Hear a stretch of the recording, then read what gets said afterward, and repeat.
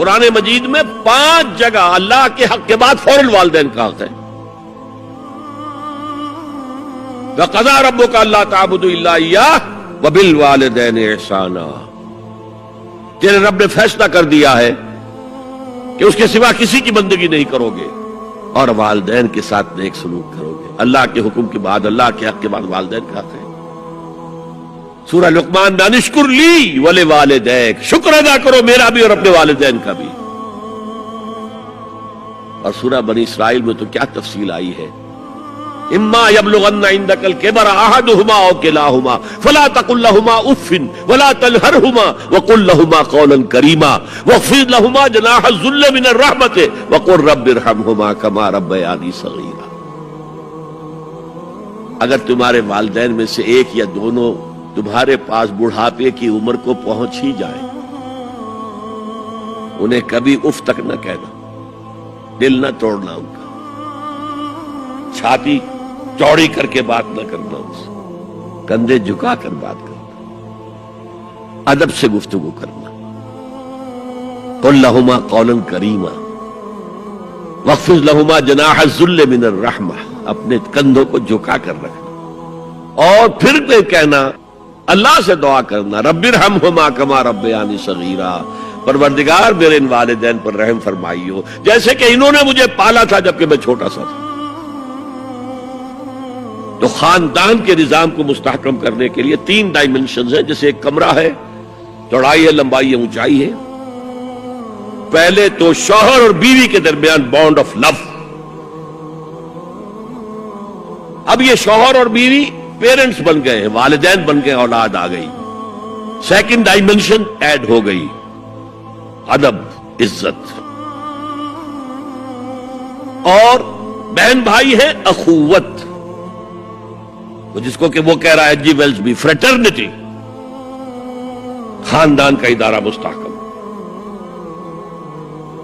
یہاں ایک نقطہ اور بیان کر دوں. لیگل لیول پر بیوی کے حقوق کم ہیں، شوہر کے زیادہ. الرجال قوامون علی النساء، سیدھی سیدھی بات ہے اور ہمیں ڈٹ کر کہنا چاہیے. یہ اس سے زیادہ معقول بات کوئی نہیں. کسی ادارے کے 2 سربراہ برابر کے اختیارات والے نہیں ہو سکتے. لیکن اخلاقی طور پر جو ماں کا حصہ ہے، باپ کا حصہ اس سے 1/3 ہے. قرآن مجید میں آیا ہے نا، حملتہ امہ وہنا علی وہن وفصالہ فی عامین ان اشکر لی ولوالدیک.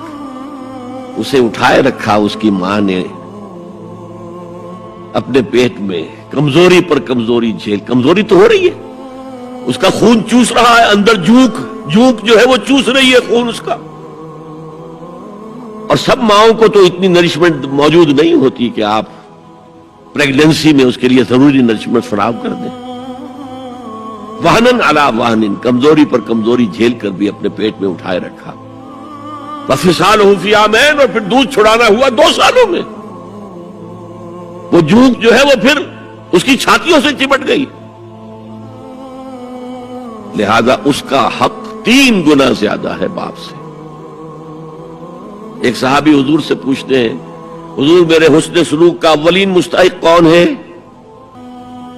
فرمایا تمہاری والدہ. پھر پوچھا ان کے بعد کون؟ پھر کہا تمہاری والدہ. پھر پوچھا ان کے بعد کون؟ پھر کہا تمہاری والدہ. پھر پوچھا ان کے بعد کون؟ تو کہا تمہارے والد. 3 درجے. اور یہ جو فرمایا الجنت تحت اقدام الامہات، جنت تو ماؤں کے قدموں تلے ہے، یہ باپ کے بارے میں تو نہیں فرمایا. یہ ہے ایکویشن، بیلنس. اسلام قسط کی بات کرتا ہے، انصاف کی بات نہیں کرتا. انصاف تو یہ کہ آدھی روٹی ادھر دے دو، آدھی ادھر دے دو. انصاف ہے، یہ اچھی چیز ہے. یہ قسط یہ ہے کہ بوجھ اٹھانا ہے تو جو زیادہ قوی ہے اس کو زیادہ بوجھ دو اٹھائے، اور جو کمزور ہے اسے کم بوجھ دو. یہ قسط ہے. تو اسلام نے عورتوں پر ذمہ داریاں کم رکھی، ان کے اختیارات کم رکھے، لیکن اولاد پر حق ماں کا 3 درجے فائدہ.